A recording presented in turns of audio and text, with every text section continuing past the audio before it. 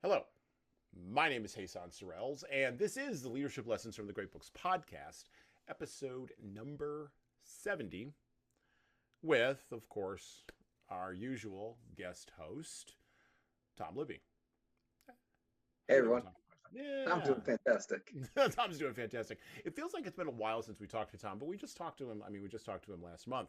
Um, so as we go into the month of August, we are going to begin going down a particular road here. We've already started exploring some of this in our shorts episodes, talking about geography and place, and talking about the impacts of geography and place on the psychology of not only writers, but also in the psychology of leaders.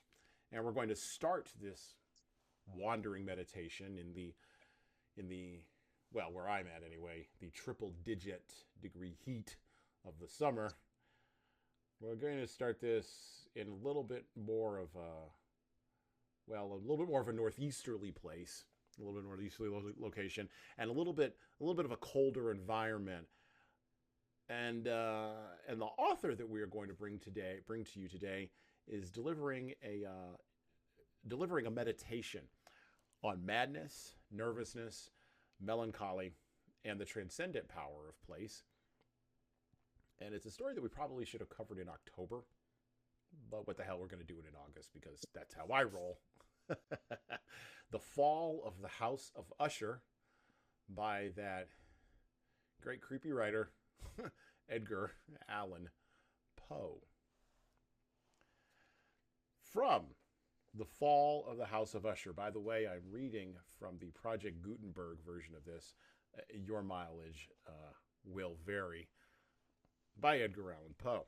And I quote: During the whole of a dull, dark, and soundless day on the autumn of the year, when the clouds hung oppressively low in the heavens, I had been passing alone on horseback through a singularly dreary tract of country, and at length found myself, as the shades of evening drew on, within view of the melancholy house of Usher. I know not how it was, but with the first glimpse of the building, a sense of insufferable gloom pervaded my spirit. I say insufferable, for the feeling was unrelieved by any of that half pleasurable, because poetic, sentiment with which the mind usually receives even the sternest natural images of the desolate or terrible. I looked upon the scene before me, upon the mere house and the simple landscape features of the domain, upon the bleak walls, upon the vacant eye-like windows, upon a few rank sedges, and upon a few white trunks of decayed trees, with an utter depression of soul which I can compare to no earthly sensation more properly than to the after-dream of the reveler upon opium, the bitter lapse into everyday life, the hideous dropping off of the veil. There was an iciness, a sinking, a sickening of the heart, an unredeemed dreariness of thought which no goading of the imagination could torture into aught of the sublime. What was it, I paused to think? What was it that so unnerved me in the contemplation of the house of Usher? It was a mystery all insoluble, nor could I grapple with the shadowy fancies that crowded upon me as I pondered. I was forced to fall back upon this unsatisfactory conclusion that, while beyond doubt there are combinations of very simple natural objects which have the power of thus affecting us, still the analysis of this power lies among considerations beyond our depth. It was possible, I reflected, that a mere different arrangement of the particulars of the scene, of the details of the picture, would be sufficient to modify or perhaps to annihilate its capacity for sorrowful impression. And, acting upon this idea, I reined my horse to the precipitous brink of a black and lurid tarn that lay in unruffled luster by the dwelling, and gazed down, but with a shudder, even more thrilling than before, upon the remodeled and inverted images of the gray sedge and the ghastly tree stems and the vacant, eye-like windows.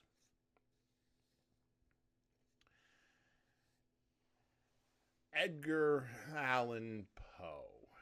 When I say that name, it conjures up several things in your head.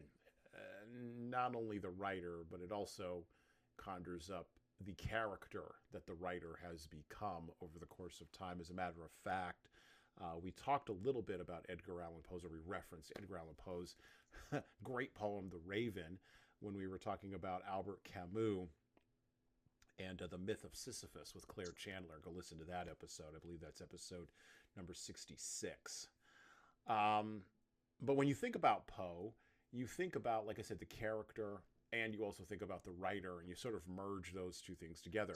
He's that weird person in American literature, and it could only have come out of American literature, where the writer began to transcend even his own work, even while becoming part of his own work in subsequent years. Partially, this is because of the terms of his life. So he was a writer, a poet, an editor, and a literary critic who was best known for his poetry and his short stories, particularly tales of mystery and, of course, the macabre. And I'm thinking of this in terms, I don't know why, but as I talk about Edgar Allan Poe and I talk about his literary life, I'm seeing a combination in my head of the Tiny Toons animated series version of Edgar Allan Poe, where they did the Raven on that cartoon, combined with Vincent Price's voice. And if you don't know who Vincent Price was, go look it up on YouTube. Born in 1819 and dying under unusual circumstances in 1849, Poe was a writer shaped by existential distress and trauma. Rarely placed alongside the fellow romantic New England writers of his time, including Emerson, Hawthorne, and Melville, who we'll also be covering on the podcast. We're going to read Moby Dick coming up here in a couple of weeks. Poe stands in a league all his own, where he's become both a myth and, like I said, as a character as well in the American literary history. He was a writer of strict conventions and convictions. He infamously reviewed Hawthorne's books, Twice Told Tales and Moses from an Old Man's, and with an assessment partly informed by his contempt for allegory and moral tales and his chronic accusations of plagiarism, he admitted in this critical review, and I quote, "The style of Mr. Hawthorne is purity itself. His tone is singularly effective, wild, plaintive, thoughtful, and in full accordance with his themes. We look upon him as one of the few men of indisputable genius to whom our country has as yet given birth." Close quote. By the way, that was about the last nice thing he said about Hawthorne.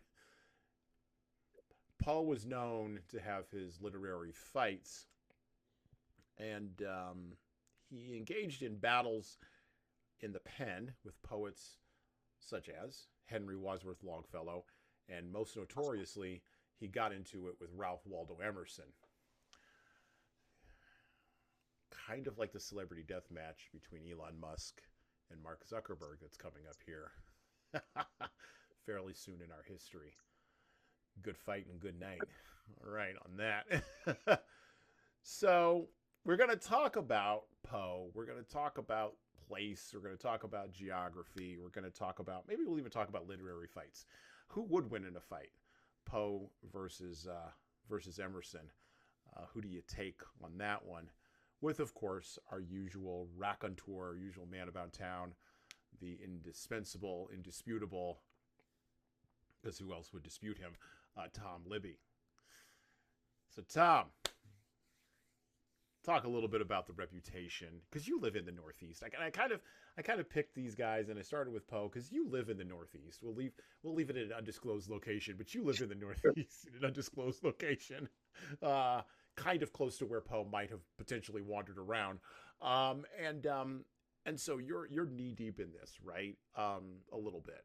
So talk a little bit about the writing and the reputation of Edgar Allan Poe, what you know about him from high school, maybe, or maybe you know nothing. I don't know, but let's sort of break apart this a little bit of this for our listeners here. So, I mean, first things first, right? I do know a little bit about Poe, whatever. I mean, and think of other authors from the time. Again, we have Walden Pond right here, right? Like right down the street. Yeah. Thoreau, right? Frost. There's like a whole museum dedicated to Frost right down the street as well. But I feel like it's one of these weird things. Like, I think and this is going to sound very morbid, and I don't mean it this way, but I think he did himself a service by dying early, stopping when he did, right? Because think about this: if he had continued on, his credibility probably would have continued to go downward spiral, not up, because he's attacking these authors and writers that have been, I mean, super glorified, right? Like, some of these writers are, from a historical perspective, like the tops of the tops of the, like the best of the best of whatever, right? Like, we reference them all the time. So if he was continuously just crapping on them all the time, eventually people would have stopped listening to him, right? Number Well, one. and he wasn't well respected in his time anyway. Like he wasn't like his literary Yeah. criticism, and then he had to wait a while to get published. And then the biggest thing that he got published, that he got recognition for in his time, wasn't any of his short stories. It was The Raven. The Raven, right. Yeah. But again, to your point, it's like he was like that. I don't even know how to explain it, but like, he was like that kid that he just did enough of this jabbing, and then when he stopped jabbing, everyone was like, "Oh wait, where'd that noise go? We should probably go look what was that noise about?" And then they listen to it and they go, "Oh, maybe he did know a little bit of something what he was talking about." Like, and then it was like almost like a backward thing, right? I get the same. Let me just give you the modern day version of this, right? Which what could have been. I feel like the same thing could have potentially happened to Stephen King if he had stopped writing like right after like Pet Sematary, right? Like he did Christine and The Shining and Carrie, and then the Pet Sematary. If he just stopped right there, we would have been like, "Oh, where'd that go? Like, who's that?" And then we would have started lifting him on some sort of pedestal, like, because we don't really talk about Stephen King. We all like his writing. We all read it. We don't really talk. When is he ever involved in conversation outside of like real literary people, like people who really like literature, right? But I don't talk about Stephen King on a day-to-day basis ever. But Edgar Allan Poe pops up every once in a while. Like he still pops up. I just feel like Stephen King could have been that guy of this generation if something happened to him. So Stephen King, and I follow, as you probably would guess, I follow literary Twitter. I would imagine. Which is oof, it's got it comes with its own problems, but it comes with its own challenges, I should say. And Stephen King is huge on Twitter. He's huge. Yeah. As you would expect. Now, there's three phases. It's interesting you brought up Stephen King, because I would not have made that intuitive leap. So that's good way to bring that to me, because I would not have made that intuitive leap. You had early Stephen King, which was, Cujo, which was his first book, all the way through, I would say, the cocaine-fueled, and he's even admitted cocaine-fueled Tommyknockers, which if you ever read that book, you have to be high out your mind to write that book. Yeah. Oh my God. Like glowing aliens. It's a whole thing. And if it's insane. If you've never read Tommyknockers, go read it. My God. I think this is what the Northeast winter does to people. Think about it. Poe, King, like they're all from here. This is what I want to talk about. This is the power of place. And then you have like mid-career Stephen King, who goes from, I would say, Tommyknockers, and I can't remember what came after Tommyknockers, like different seasons. He starts writing like the Richard Bachman tales and things like that. Stand By Me was probably the most infamous kind of short story that got turned into a film, right? Out of that group. But he goes from there to, I would say, mid-career Stephen King is right where he got hit where he had the car accident in Bangor, where he got hit by the side of the road, right? And at that time, he was working on Gunslinger, which is my personal favorite series of his. I love The Gunslinger. It's an amazing series. You should go read it, except kind of at the end where it kind of falls apart. But anyway, he gets hit in the middle of writing that, and then like that's where you go. You have like mid-career Stephen King and now we're into late career Stephen King. And late career Stephen King, and I'm going to publicly admit this, I have not read a whole lot of late career Stephen King. I look at his books and I go, and I kind of walk away. And it's terrible because there was a time, and this is also for Poe, where King hit me at a particular visceral level from about the age of maybe like, I'd say maybe 10 or 11, all the way up to probably about 17 or 18. Yeah. And then after that, I was done. And Poe's the same way, where, don't get me wrong, like I've read Cask of Amontillado, and I've read oh gosh, there was another few of the Gold Bug story where he explored cryptography. Read that. Now Fall of House of Usher. Read that now a couple times now. But like you get to a certain point with Poe where you're like, I could probably just leave this. Yeah. Place. Okay. So let's get this out early, because we are going to talk about this a little bit again, but I want to sort of explore it early and then get back to it, the melancholy of place. So, you know, fall of the House of Usher, which by the way is going to be turned into a Netflix series. You might want to pay attention to that, folks. I can't wait. It's going to be amazing. Starts from the unnamed narrator getting a letter from his friend, right? And he has to go visit him. For those of us who are living in other places geographically that's not the Northeast, is it really that creepy? Like, really? Is it really, like, past like September? I mean, if I'm being 100% honest, because I'm born and raised in the Northeast, lived here pretty much my whole life, right? But I've visited everywhere else. Like, I've been around the country all the way. The only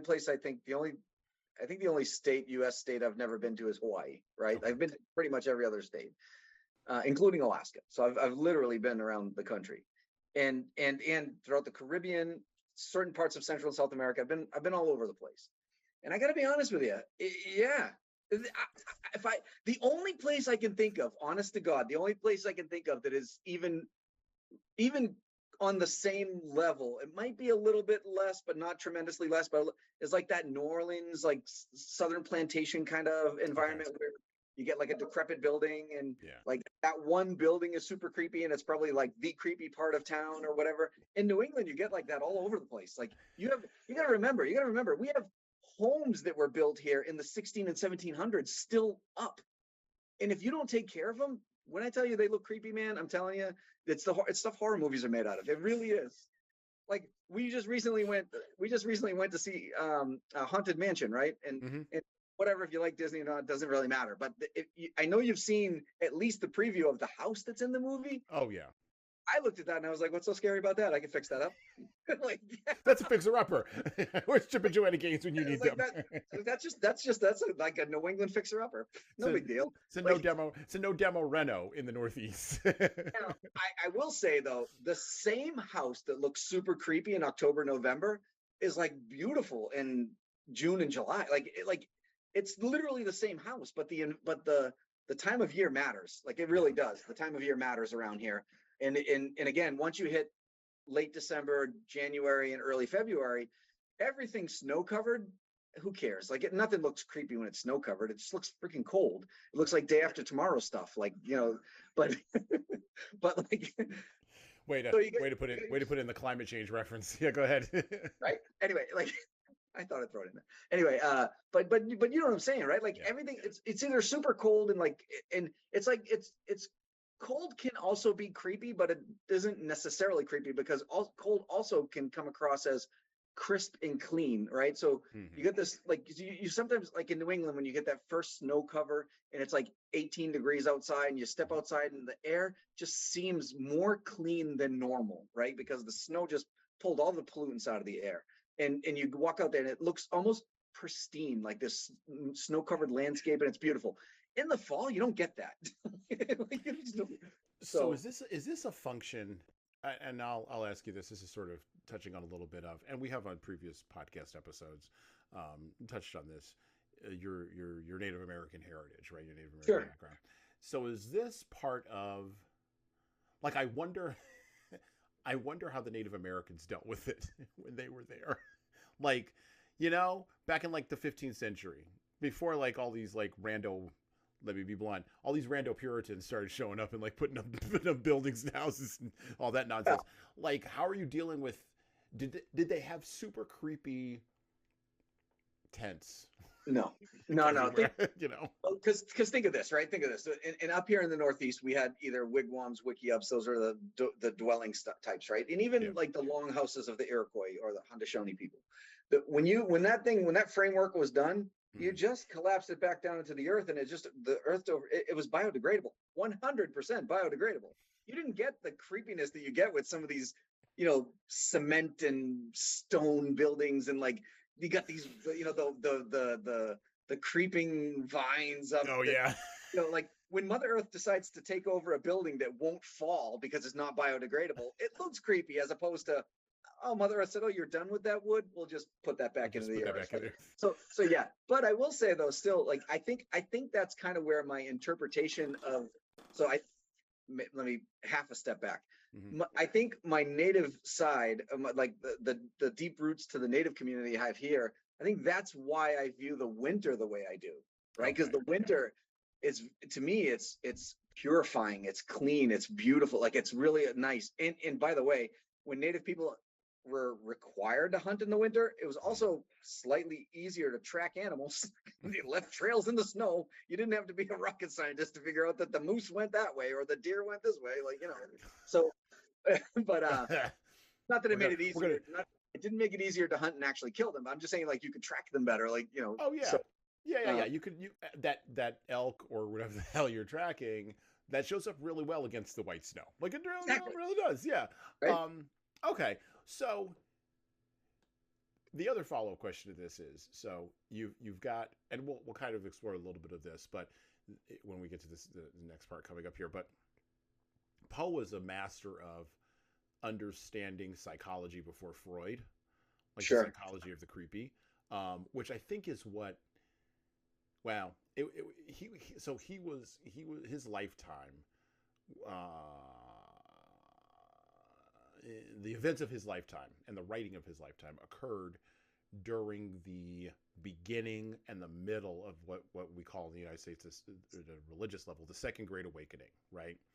So there was a lot of very powerful preachers working their way through the Northeast, talking about, you know, the Holy Spirit and transcendence and all that kind of stuff. By the way, a lot of the modern churches that we have today came out of the Second Great Awakening, and the modern religious denominations like Baptists, Mormon, Presbyterians, Episcopalians, right? All of them came out of that, and we're going to get into that, a little bit of that coming up here. But Poe was around for the beginning parts of all of that, right? He's also considered to be a romantic writer who sort of previewed the worst excesses of the Second Great Awakening, and some of the worst excesses of the Second Great Awakening were in seances and trying to summon people back from the dead and get them to talk to you. And Poe sort of anticipated some of this. Interestingly enough, so did Nathaniel Hawthorne. A lot of what's in the Scarlet Letter, which we're going to cover in our next couple episodes coming up on the podcast this month, Hawthorne struggled massively with the nature of his Puritan ancestors and like how judgmental and persecutorial he perceived them to be. And then he like went full bore into nihilism, which is a whole other kind of thing that you get into with Hawthorne. We'll cover that again. We'll cover that on a later podcast. But you got to have all those people dynamics happening at the same time that you are building between 1819 and 1849, Boston out, which is, I mean, the Founding Fathers didn't consider, Boston was never a city that was under consideration to be the capital of the United States. It was never under consideration. Unlike Philadelphia. Philadelphia was under consideration. New York was under consideration, you know, but Boston never. And I've always wondered why, you know, and I wonder if it's because of that puritanical religious streak that sort of, that honestly still exists in Boston, but it's so muted that if you could walk through Boston, and I've visited Boston several times, and I've always said the interesting thing about the biggest problem with Boston is it's full of Irish people. That's the biggest problem. And all my listeners from Boston can now come for me. It's fine. All you boys from Southie, yeah, you all come for me. It's fine. It's fine. Whatever. I got something for you. I'm not afraid of any of you. Any of you schmucks from Lowell? Anybody want to handle me? What? Anybody? Anyhow. But Boston is its own thing. Like, even as a sports town, like, my God, if you didn't have the Patriots for the last, 20 years, it'd be the worst sports town ever. Oh, what? What? Am I wrong? Am I wrong in my analysis? I don't know about war. There's something in that. There's something in the place. Yeah, I don't. All this self misery. But In the last 20 years, all three of the other major sports have at least won championships in the last 20 years. All three. Yeah, that's now, true. I'm not saying they win it. And to your point, I mean, the Patriots have won what six Super Bowls. They've been to 10, right? So it's like, they're always in it. So if you even take that out of the equation, the Celtics have won the last 20 years. They're in it just about every year. Now, I had no delusional thought into thinking they were going to win the championship this year. Some of my colleagues did. Some of my Bostonians or whatever did, and I was like, they're not going to win. Anyway, I was actually surprised they made it through the first round, but whatever.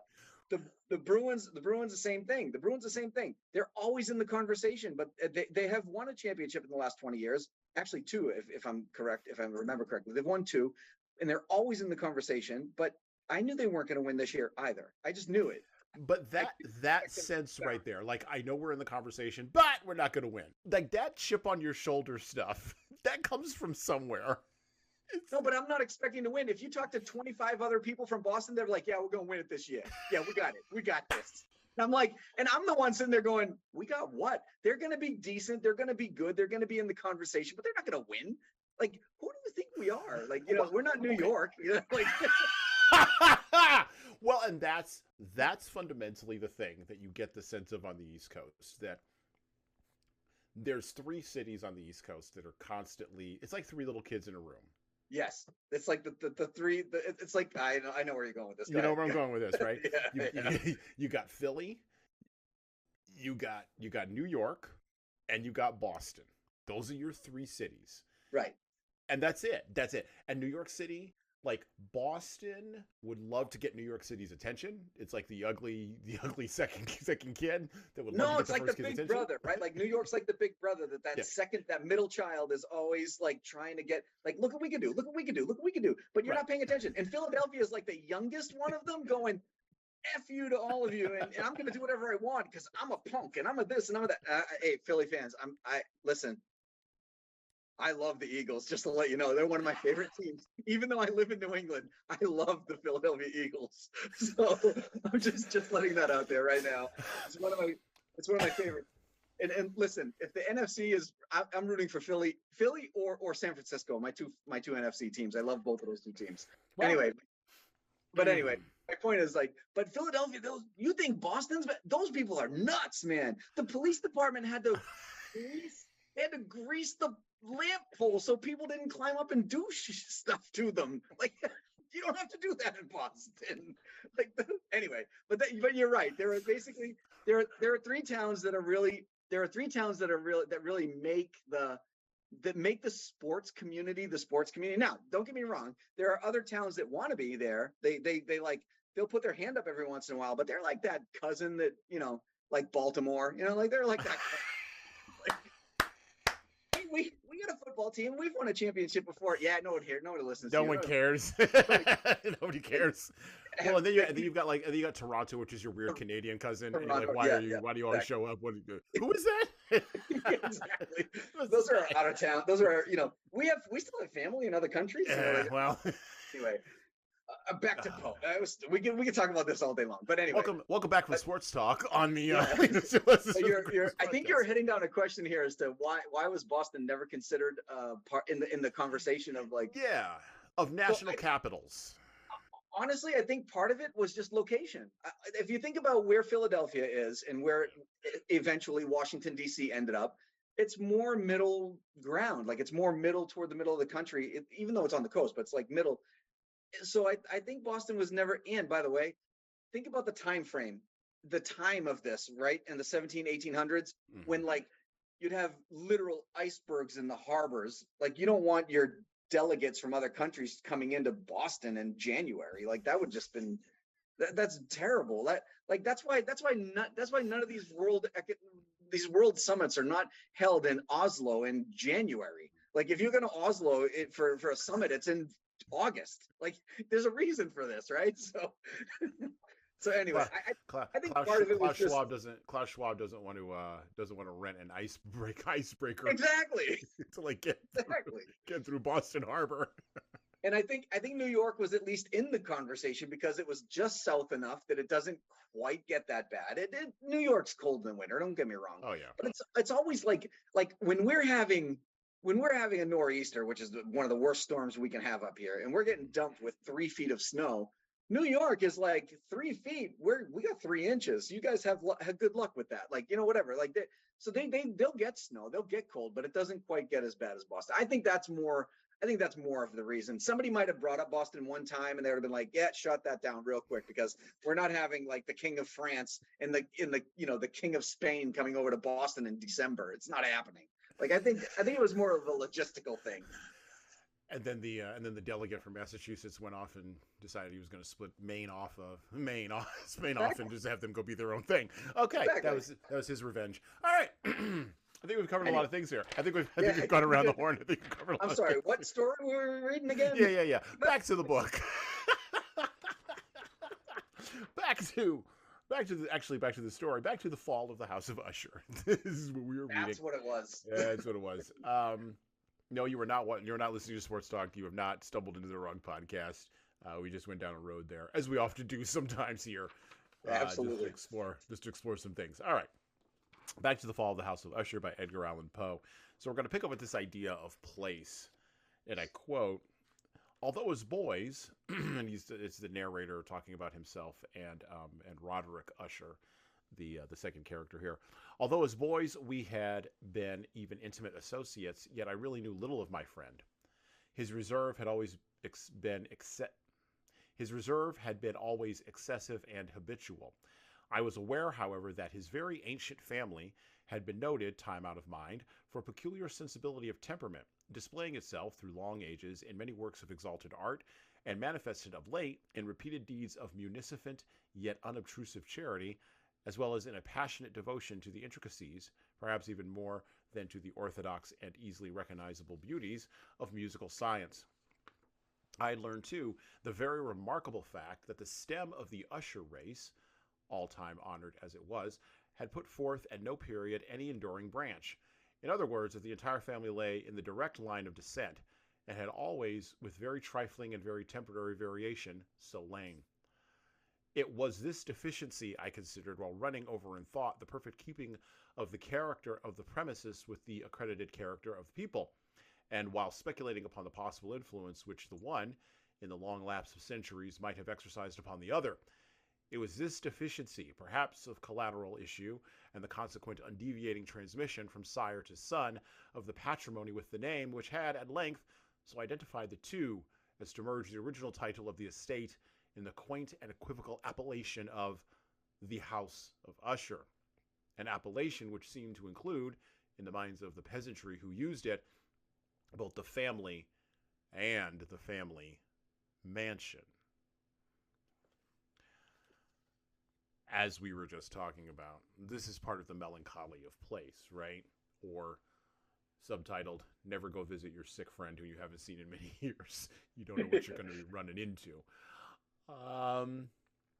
Geography, like we were just talking about and just kind of breaking down in place, where you happen to be on the map, carries as much meaning in your life as other elements do. And I want to talk about this, yes, in the context of the Northeast, which we've kind of broken down, but then also, because I'm as well-traveled as Tom is, in the context of the rest of the United States. Like I too have visited almost every single state in the Union. I've been to Mexico. Haven't been fortunate enough to go to Central America. Oh yes, I have. I've been to Central America and the Caribbean. I have not been to Alaska, but I have been to Hawaii most recently this year. So we're kind of flip-flopping on that.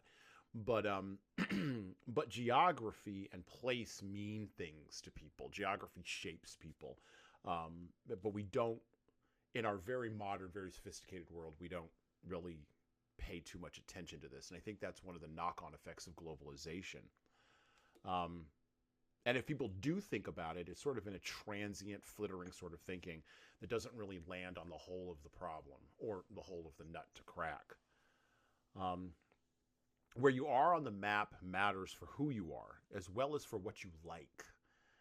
And it matters for what you write, if you're a writer. So you have a country, and this is the big thing to consider here, and for my international listeners as well, you may want to think about this. The United States of America spans a third of the continent, okay? I believe it's the second largest continental landmass on Earth after Asia. Okay. We're a third of that landmass. And so the United States, of course, is going to produce writers as varied as Edgar Allan Poe, all the way to Charles Portis. And we just sort of take that as being, well, we take that for granted here in this country. We just do. And yet, think about it with other countries. Indian writers, you can definitely identify as being from India. Russian writers, Dostoevsky and Tolstoy and Chekhov, like those are the big three, right? And then you come to the 20th century and you've got Solzhenitsyn and then that's, well, I mean, I'm not going to say that that's about it, but you've got Solzhenitsyn, right, in the 20th century. And maybe there are more excellent Russian writers that I'm unaware of, but they would be clearly distinctively Russian. Swedish writers, like the guy who wrote, or the person who wrote The Girl with the Dragon Tattoo series, they are distinctly Swedish. Or Amitav Ghosh, right? The Indian writer who wrote a series of books that has been compared to the Moby Dick of books from India, right? He's a distinctly Indian writer. Or other international writers that we've covered on this podcast from places as varied as Nigeria and Brazil, Japan, and, of course, Germany. But those writers coming from those places have distinctive voices. But America, the United States of America specifically, my God, we're all over the map. Literally all over the map. So, Tom, we've got a country that's got Cormac McCarthy, that could hold Cormac McCarthy, who just recently passed away, who can write about being in New Mexico and being in the high desert, but who could also hold the creepiness of Poe, right? Or the judgmentalism of Nathaniel Hawthorne, all in the same, like, bucket, right? For leaders, this is a real challenge, right? And leaders don't really think too much about it. But talk about the power of place. And again, this is something I think maybe you resonate with from your background and your experience you resonate with. But talk about the power of place in geography and how that all has come together for the United States. Well, and also like how it changes you and your interaction with those other places, right? So it's not just about you and your place, it's about you and your place interacting with them and their places, right? So, and what I mean by that is, it's brought up to me often that I, like, literally born and raised here in Boston, but people have a hard time hearing the accent that they're thinking should be coming out of my mouth. But that's very purposeful, right? Because the very first, so for those of you who don't know me, I also spent a lot of time in sales and marketing. So, but my very first sales job was fine. It was a local job. So I was only talking to local people, and I can say can, whatever, whatever.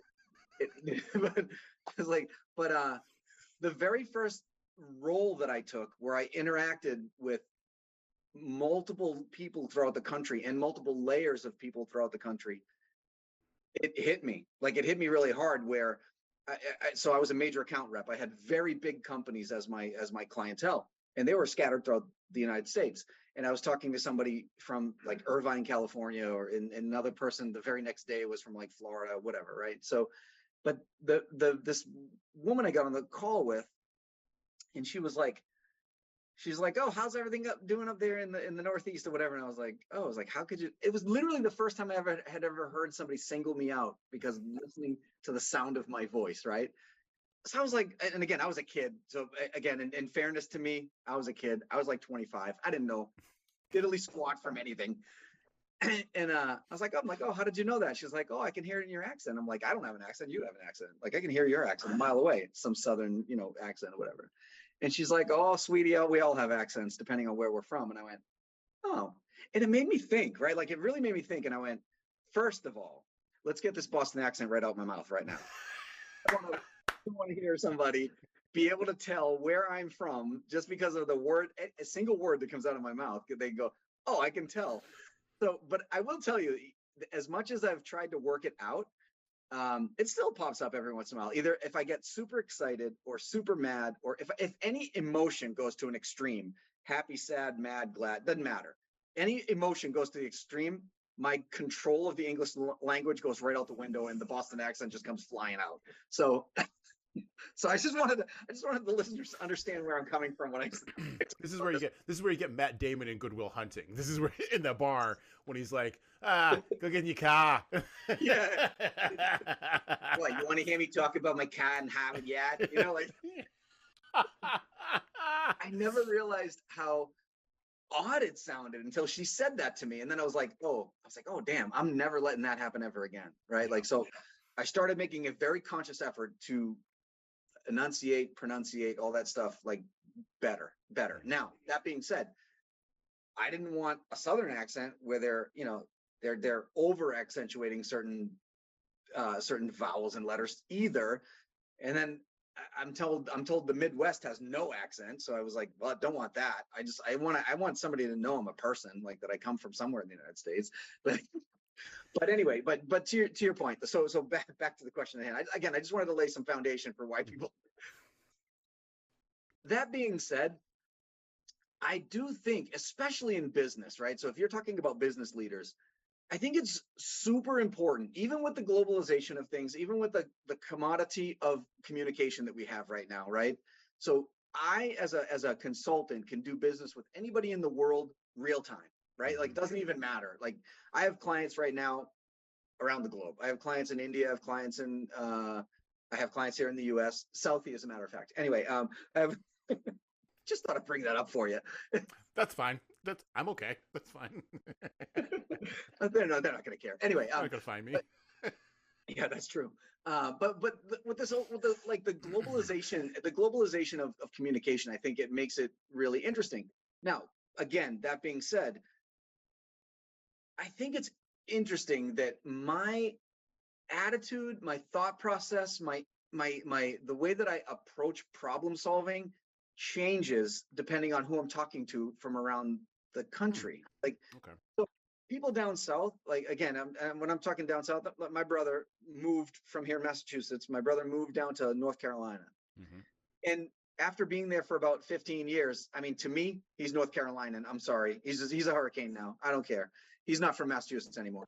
And because his whole mentality of how to deal with things changed, right? They have a little bit more relaxed attitude. They have a little bit more relaxed way of approaching things. They have a little bit more relaxed. So when I deal with a customer that's down in that area of the country, I can't come at them with the Northeast mentality of bull in a China.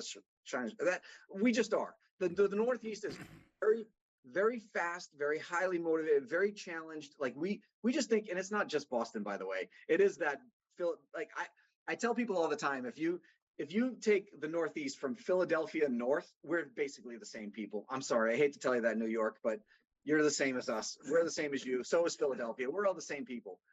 But if you go after Philadelphia and down toward that southern part of the country, minus Florida, and I'll explain in a minute.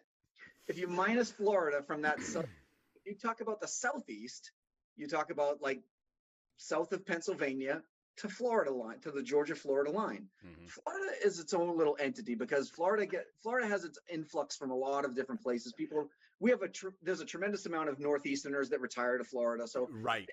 Again, so Florida's a little different. Florida's got like a weird mix mentality, but again, so Northeast, Southeast. But if the Northeast is dealing with the Southeast, and again, the perspective of are you the customer or the client matters, because if the customer's in the Northeast, then I need to make sure that I mold my viewpoints to try to match their viewpoints or vantage points. I shouldn't say viewpoints, their vantage points, so I can at least see and understand where they're coming from, right? So I can't come, for example, I have a gentleman down in the north in the Southeast right now that I'm dealing with. I can't just hit him between the eyes with something that I feel like that I can do with somebody here from the Northeast, right? I'm going to sell you this phone. I'm like, listen, dumbass, this phone is what you're asking for. I'm going to sell you the phone. Give me the $1,000, take the phone, you're done. Like you gave me all the parameters. This phone fits, you're selling it. The guy from North Carolina says the same thing. And they're like, so here's the phone. Why don't you take it? Why don't you take it out of my hands? You hold it for a minute. And you tell me how that feels. Does it feel good? All right, we're ready to do business now, right? Like, and I'm not making fun of them. I'm not. That's not my intent. My intent is just that they view the vantage point of business is a little different. Now, again, same thing. You could say the same thing going across the entire country, right? where you grow up and how you do business as a young entrepreneur matters. Like where you go to school matters. Again, we have people. My daughter's first roommate come from LA. Her first winter in Boston, I thought the poor girl was going to have a heart attack. He was like, "What is going on right now?" Like There's, was there's like, stuff coming from the sky, and I don't know what it is. yeah. She's like, "What? I didn't realize the thermostats went down below zero." Like Oh yeah. that's actually an honest to God statement, by the way. She thought that the thermostat went to zero and stopped. Like nothing went colder than zero. And I was like, "What, are you kidding me?" It's like the wind chill out there is -22. The thermostat has to tell you that. Like, so anyway, but again, back to the point at hand, right? So I think that it is important. I think it's important not only to understand where you are and where you're from and how business happens where you're from, but I think it's also important to understand if you're going to go outside of that comfort zone and you're going to sell from the Northeast to any other part of the country, it's up to you. It's your responsibility to know and understand how business is done in the rest of you cannot force them to fit your, if they're the customer, you can't force them to fit into your box. You have to make sure you fit into their box. And that the sale goes a lot faster. The sale, like the interaction goes a lot better if you are the seller and you understand the buyer better. Now, again, the other way around, if somebody from outside of the Northeast tries to call me and sell me something and they do what I just did with the cell phone, I'm hanging up on them. I'm hanging up on them. I don't need to hold the phone. Tell me what it does. Tell me what it does. Tell it how it works. If it works, if it does what it do, I'll do it. I'll buy it. And then let me buy it and go away. Like, so it's interesting that you're bringing this up because I just had not a revelation. Here's how I'll frame this. Somebody gave me feedback about doing business so I'm in Texas, right? Different than Tom. And I came out of the Northeast and came to Texas. In the Great American Move Around, known as COVID. And so I was part of the Great American Move Around, right?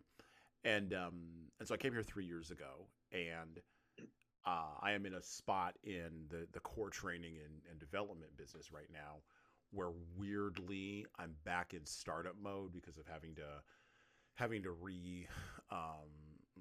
move my business out of the Northeast, the business structure, and move the structure into Texas and do all those kinds of transitions. And Tom is exactly correct. The way business happens in Texas is radically different than the way business happens in the Northeast. And it's the thing that struck me was that I was actually told this by a real estate agent when I was shopping for a house here. And one of the things he said was, he was exactly correct. He's like, you in the Northeast, you do the business first and then you have the relationship. Us here, we need to have the relationship first before we do the business.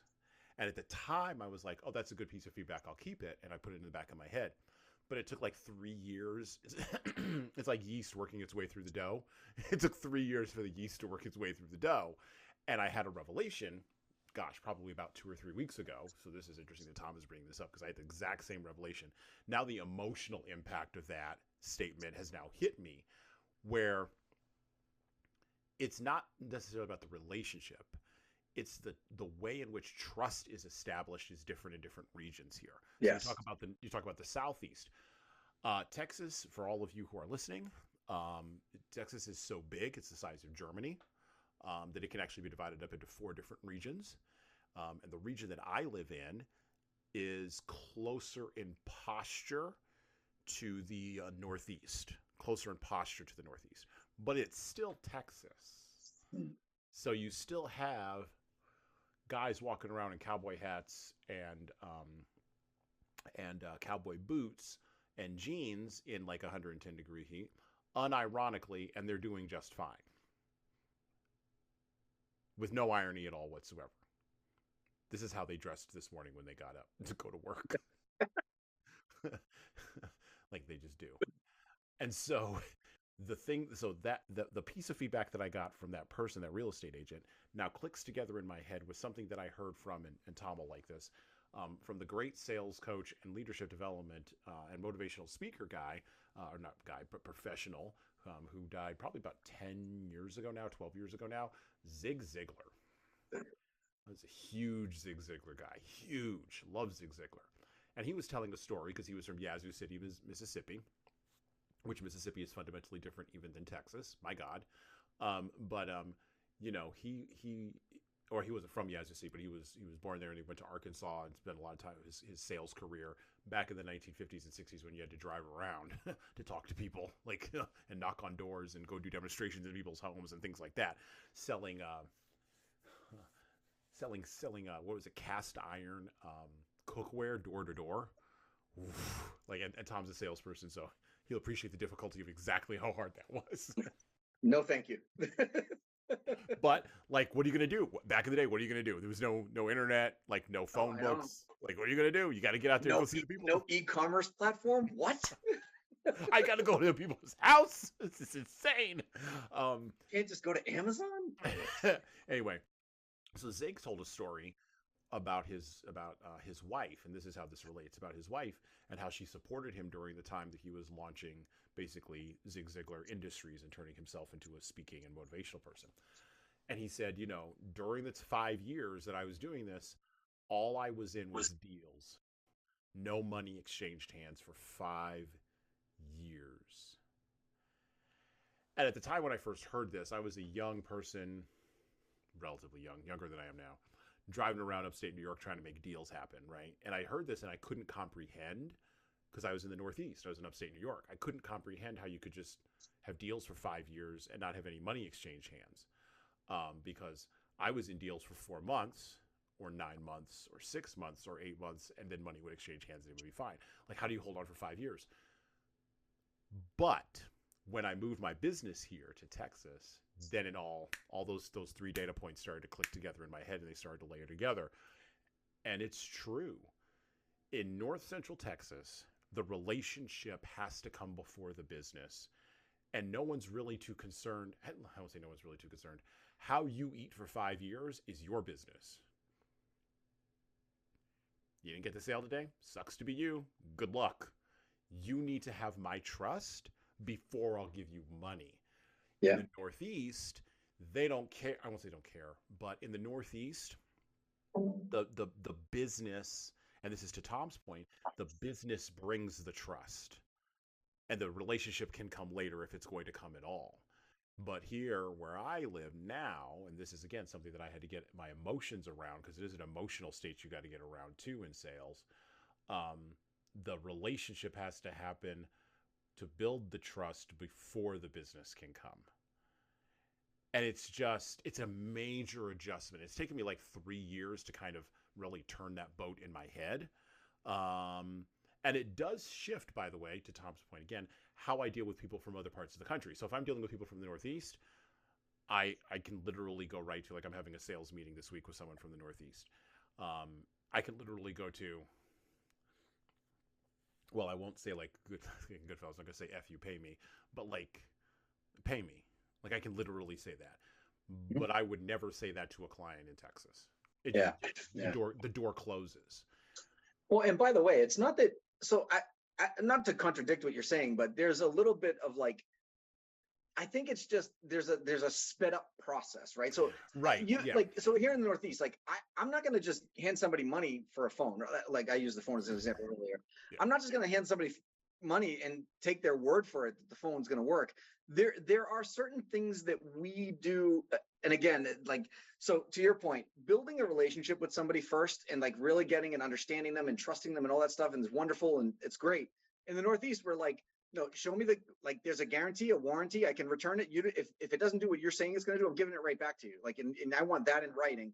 I don't need to trust you. I just need to trust that legal document is going to give me permission to go take my money back, right? Like, that's but the trust out, I mean, the relationship after the fact is, when it does what you say it's going to do, when it does work the way you promise it's going to work, now they'll buy anything from you. Like that, it's like, it like opens floodgates where you guys do that in reverse, right? So again, there has to be trust involved, but we get our trust in the Northeast from fact, figure, legal, right? Fact, figure, legal. It's like, if you can prove it, you can show it, we can do, all right, I'll buy it. I don't care. Because quite honestly, the other philosophy that we have up here is, I don't need to like you to do business with you. If you solve my problem, I will give you money to solve this problem, even if I don't ever have to talk to you ever again. I don't care. I don't need to like you. Now, if I happen to like you after the fact, all the better, which is where the relationship after comes from, right? Like, if you do what you say you're going to do and it works and everything's great and I like you, well, and in well, we don't have to like you. We don't have to like you to solve a problem. Well, and in major cities in, I would argue, Texas and in the West. Yes. In major cities, it works kind of like that. Similar, yeah. Absolutely. But I live adjacent to Dallas-Fort Worth and doing business in a town that's adjacent to Dallas-Fort Worth, where it is a touch more rural. Like, I'm not going to give you money. I don't. And by the way, this is why I like Westerners too. I like people from the West too, a little bit more than people from the Northeast, because people from the Northeast will sometimes snow you with the smile and be like, oh, I like, eh. And the upper Midwest, oh my God, they'll do the same thing. I lived in Minnesota for 10 years. Oh my God, they'll do the same thing. But here, they'll tell you straight up, I don't like you. Go away. But I like that. I like the directness. Yeah, I'd be like, all right. Now at least I know where I stand. Right. Now thank you, sir. I will get right in my truck and drive away. You have a good day. And after that, they're basically done, you know? And by the way, they won't give you a bad review. They're not going to go do some passive aggressive stuff on like Yelp. Like, they're not going to do any of that nonsense. They're going to tell you, I don't like you.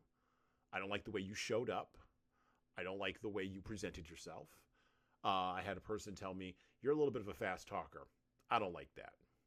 And I was like, this is just a speech. Okay. You know what? You have a good day. No, you have a good day. I'm having a good day. I'm leaving. I'm out. So, you know, you kind of have those conversations from a sales perspective.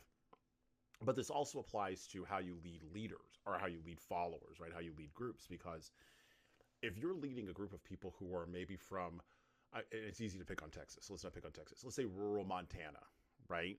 You're going to have to understand the geography of rural Montana and how that has led to, particularly in a country like the United States, how that geography has led to not arrogance and not hubris, but it's more like a sense of self-reliance. Because who's going to, I try to explain this to folks in the Northeast, the reason, and this is parallel to a lot of things with like you see in gun culture in the Western United States, who's going to show up to save you? Yeah. Like the cops aren't 4 minutes away. The cops are 28 minutes away. I mean, let's face it though, you're in downtown, I mean, if you're in New York City, the cops aren't 4 minutes away. Well, yeah, the cops aren't showing up anyway. Right. That's another thing for another day. But we're being broad. No, but I know what you mean. You know what I mean? Right. Yeah. And so that gets to a sense of self-reliance. Well, how are you going to lead a bunch of self-reliant people from Montana? You're going to have to make appeals to that in some kind of meaningful way. Well, it kind of goes back to something like, I've made this comment on your podcast now, probably at least 2 times, probably maybe 3, and this might be the 3rd or 4th. But again, if you're leading people from different parts of the country, so I'm here from the Northeast. If somebody picked me up and said, Tom, we love how we're going to hire you. We want you to come lead our sales team in Arkansas, Mississippi, Alabama, pick a state, doesn't matter. And if I have the mentality of, well, I'm the boss, I'm the leader, I'm in charge, I'm going down there and I'm going to tell them to do this and that. You're going to fail. You're going to fail. So I've said this a couple times on your podcast, where it's, don't just do something, stand there, which is the complete opposite we're taught when we're kids, right? We're always taught, don't just stand there, do something. Like, oh, people are freaking out. Don't just stand there, do something. Well, I was always taught the opposite effect, which is don't just do something, stand there. Meaning, don't just go in there and start making policy changes and changing processes and all that stuff without knowing and understanding the dynamics, the landscape, the whatever. That's not to say that you can't, but it's weird. This is going to sound really funny because I literally just had this conversation with a client at noon. I got off the call with them at about 1 o'clock today. And because she said, I was on a call with a salesperson. This is a sales engineer. So they have sales engineers and BDR type people, whatever. And so they called me because they wanted my advice. The BDR was just talking the talk and they wouldn't let the customer finish their sentences. They wouldn't let, like, how do I deal with that? And I go, well, first things first, don't just go at them with it. Don't just go in there and be like, listen, don't do this, don't do that, don't do this. If you just beat them up, you could potentially lose that person as an employee. And before you do that, ask yourself, do I want to lose that person? Do I care if I lose that person? If you don't care, then go ahead and hit them with a ton of bricks. Like, go ahead and hit them with everything. If you do care, if you don't want to lose this person, if this is the first time that you've had this experience with them, you have to stop and step back for a second. Maybe ask them a few questions. They might know something that you didn't. For example, they're a BDR. They've been on the calls with this particular customer 2 or 3 times before they bring a sales engineer into the call. So for all you know, that's normal interaction with them. So why are you going to ridicule a salesperson for doing what is normal for their relationship with that client, with that customer? I said, so don't just react. Listen, ask some questions, understand, make sure you understand the dynamics of what's going on before you just go in there and check. So I would say the same thing to leaders going into different areas of the country. Like, don't just go in there like a bull in a china shop. Don't just go in there. And being from the Northeast, believe me, it takes some reserve. Like, it takes some talent for you to not do that.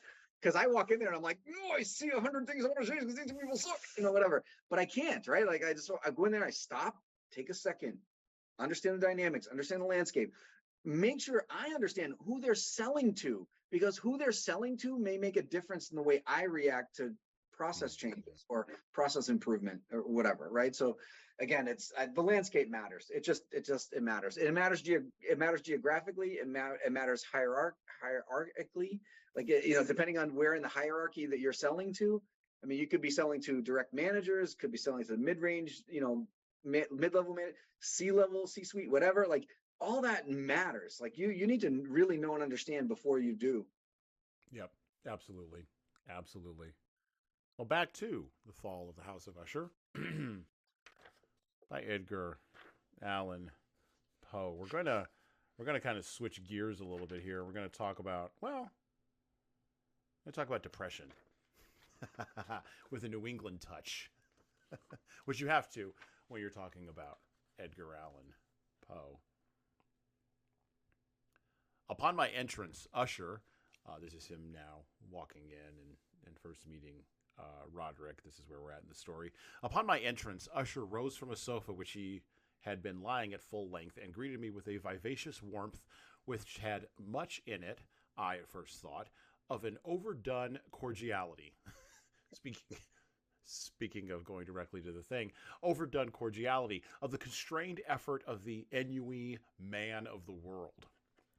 A glance, however, at his countenance convinced me of his perfect sincerity. We sat down, and for some moments while he spoke not, I gazed upon him with a feeling half of pity, half of awe.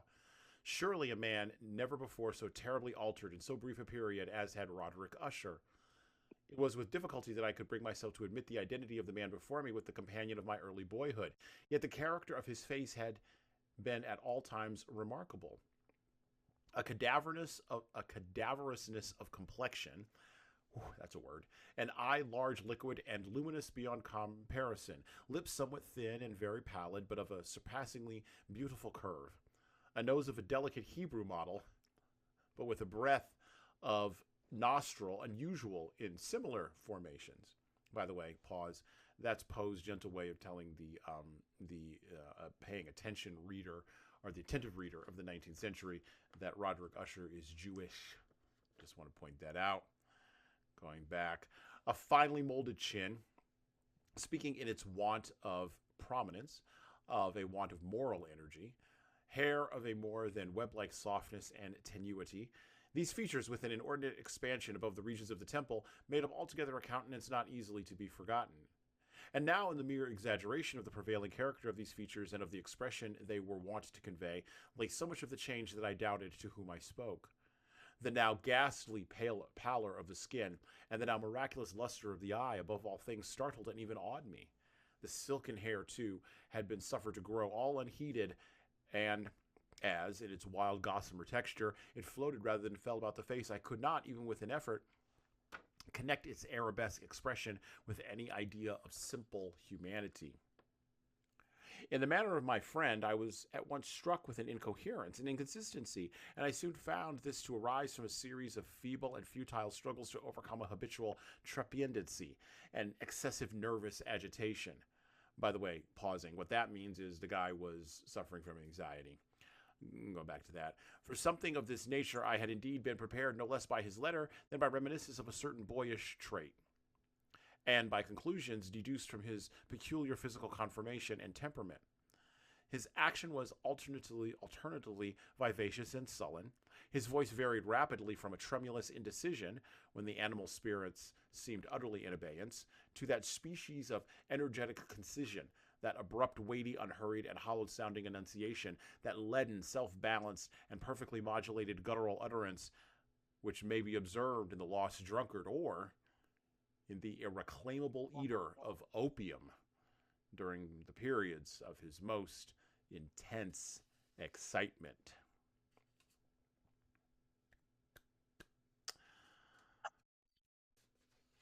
Let's have a chat about opium. So, Poe there is describing Roderick Usher, right? And he's describing, and by the way, a lot of the sentences in Fall of the House of Usher, and Tom can attest to this as he did his homework before this podcast and read the story. A lot of the lines in there are complicated, multi-layer sentences, right? With a lot of semicolons, a lot of M dashes being used to separate ideas. Radically different than the ways in which we consume written material, or even the ways in which we speak now, right? It's almost written in a Shakespearean fashion, or, if you will, a poetic fashion, which is why, again, Poe got fame for The Raven and sort of laggard in fame for his prose. I think he was probably a much better poet than a prose writer. But he was also a romanticist, and this goes along with conceptions of the Second Great Awakening and the ideas that came out of the Second Great Awakening religiously that led, of course, to the creation of the Baptists and the Episcopalians and the Pentecostals and other folks in the 19th century. But the subplot underneath there, right, was a plot of, or the sub-idea underneath the Second Great Awakening was this idea of romanticism. By the way, this was even a thing in Europe at the time, right? So the Romantics were folks who believed in the ability of feeling and emotion to overcome rationality and logic.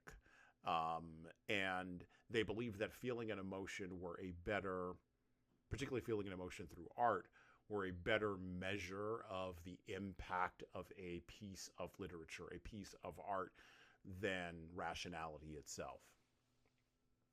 Romanticism in literature showed up in Poe. Romanticism in the visual art showed up in a guy like Gabriel Rossetti over in Europe. Let's see, Romanticism in music showed up early in a guy like, I would say probably... Well, no, I'll go a little bit later in German music, in Wagner. Actually, that's where Romanticism showed up, was in Wagner and music. So kind of think of that. Think of Romanticism in that arc as I mentioned these kinds of ideas that I have here. But Romanticism also had a dark side to it, and Poe explored a lot of this. And it was a dark side that was focused around depression, around anxiety, nervous agitation, ennui, which we would just call a depressive state, basically, and existential crises that were kind of welded onto this feeling of romanticism, right? It was this idea that you could romanticize depressive feelings and depressive states, so that they would become part of your character and make you, in essence, interesting. But there was a tool for these depressive states that was used, and David Courtwright, the author of Dark Paradise, A History of Opiate Addiction in America, estimates that the annual total of opium imports for all of the U.S. ports between 1827 and 1842 was over 27,000 pounds a year. That's insane. And Boston merchants, according to Mr. Courtwright in his book, were the dominant American opium traders. Of course we were. Boston was ground zero All for right. untrammeled opium addiction in the 19th century. Let's just clarify one thing here. At that time, that was really, people thought of it as medicine. Like, I understand it was an addictive thing. I understand it was a property of it, but they were used in hospitals, and Boston, even to this day. So before you get all defensive, the Bostonian gets all defensive, let me point out that yes, you are correct. I just want to make sure it's different than the opiate imports today. Like, yeah. Illegally, you know, these are legal imports because they thought they were doing the right thing. They were medicine, and again, I'm not defending Boston per se. I'm defending the country as a whole at that point, because the country as a whole was importing a lot of opium. The country as a whole was importing opium.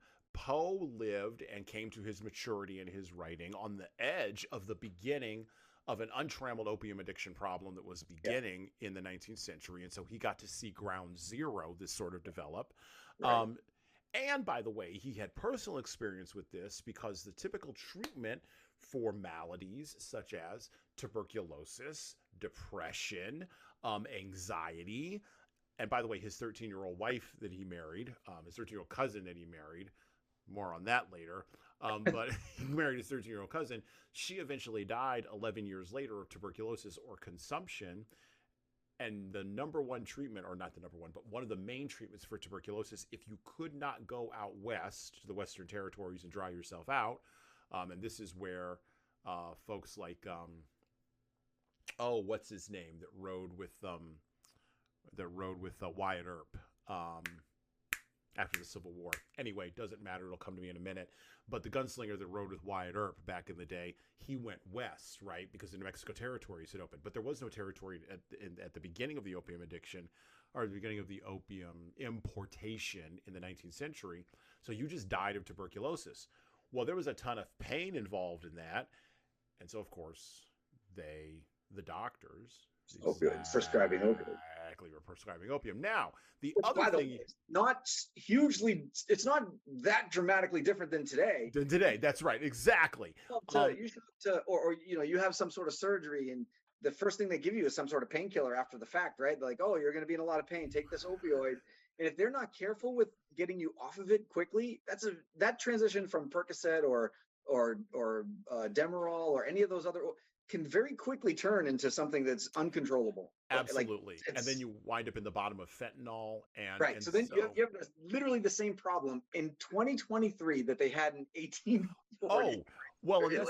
It's insane to me. It's insane to me. This is the point that David Courtwright makes in his book, where I pulled that statistic from, talking about how basically, and you've said this on the podcast before, Tom, how more things change, the more they are the same, right? Yeah. It's literally the exact same cycle. The only difference between now and then is the pharmaceutical companies are now, shall we say, or were anyway. Well, and it's been proven in court too, compensating doctors for the pushing of these prescriptions.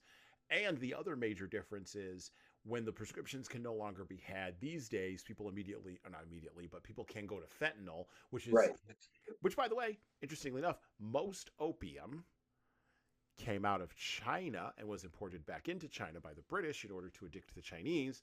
And now the Chinese have turned around and are making fentanyl and exporting it through Mexico into the United States. Just think about that, folks. So, opium addiction in Poe. So he was around all of this, right? And the typical treatment, by the way, for tuberculosis was laudanum. Laudanum was almost, I think, like 80% opium. It was just literally straight opium that you could drink. You could just go get it if you were a person who needed it. Mostly women were addicted to opium. And so that's the other sort of insinuation that he's making about Roderick Usher, is that he is sort of a feminine temperament. This is one of those things where every detail in the story matters. This is one of those stories, like no detail is sort of thrown away or wasted. And so the question becomes, Tom, why do Americans like their addictive substances? Why do we seem to like, if it's not bad food, that we shouldn't be eating from like McDonald's. And no, we shouldn't be eating McDonald's. They're not a sponsor on the show, so I can say McDonald's. Like, we shouldn't be eating McDonald's. Like, fried foods are terrible. Like, everybody knows this. Everybody knows. And yet, you know, from fried foods, which are socially acceptable, by the way, no one's boycotting McDonald's or shutting down McDonald's. No. But from fried foods to fentanyl, and that's a gap. Yeah. We really like our addictive substances. And by the way, with social media, we really like our addictive TikToks. We really like our addictive Netflix shows. Why are we so... Well, first things first. I don't think that's an American thing, right? I think that because my son, for those of you who don't know, my son moved to Spain. Like he lives in Europe right now, and he deals with similar things over in Europe, right? So like I think it's a human thing. I don't know my point. I think it's a human thing, right? Not an American thing. But I think and if you watch the movie The Social Dilemma, I think that does actually explain a little bit of it. I think that movie explains the addiction to social media, but I don't think the rules are different until you get to a physical addiction. Those are a little bit different, obviously. Like when you're talking about, opioids, fentanyl, that's a physical addiction that you need medical help to get rid of those addictions. But habits can come across as addictions. I get into these conversations with my kids a lot. They're like, oh, I'm addicted to this or I'm addicted to that. And I'm like, nope, you have created a habit around that is not an addiction, because if you stop doing it right now, nothing happens to you, right? Addiction is when you have a physical reaction to the stopping of something that you're doing, right? So again, opioids, fentanyl, that's truly an addiction. That's a problem. You go through withdrawal symptoms, you go through real hardship on yourself, on your body, on your psyche. There's hardships involved in that when you try to come off of those substances. So, and I guarantee you, anybody listening to this podcast right now has had some sort of experience with this, whether themselves or a family member, but they have had direct. I don't know a single person. I do not know a single person that has never had experience or been through some sort of addiction problem with a family member or something like that. It's heart-wrenching. It's heart-wrenching when you are not the one that's addicted to these things and you have to watch your family member go through this. It's terrible. But I want to change this conversation a little bit to be more productive about your question, which is like, why do Americans like their addictive stuff? Why do Americans like their habits? I'd like to talk, because I think that's more appropriate, right? Because let's talk about why we like our habits, right? I think there's like this. Think about. I mean, this goes back hundreds of years, right? Because everything that we do has to be systematic, right? Like, if you want to change a law, you have to do this, you have to do that, you have to do this. There's like these systems involved. So in order for you to get this habit, you have to form this habit into a system. Because your TV program. I'm going to watch this TV program because I like this TV program. I'm going to watch it. I'm going to watch it every night. Tuesday, 8:00. I'll use myself as an example because I am a lunatic when it comes to Jeopardy. I love it. I watch Jeopardy every night. I have to. I plan my dinners around it. This is a habit of mine, not an addiction, because if I stop doing it, it's not going to cause me any visceral harm, right? Like, it's not going to cause me any problem. But I love it. I love Jeopardy. I'm going to watch it every time. Now, I justify this by saying I learned something. I learned stuff when I watch Jeopardy. I learn it. I learn stuff. Do I really? I don't know, but I'm just going to go with it because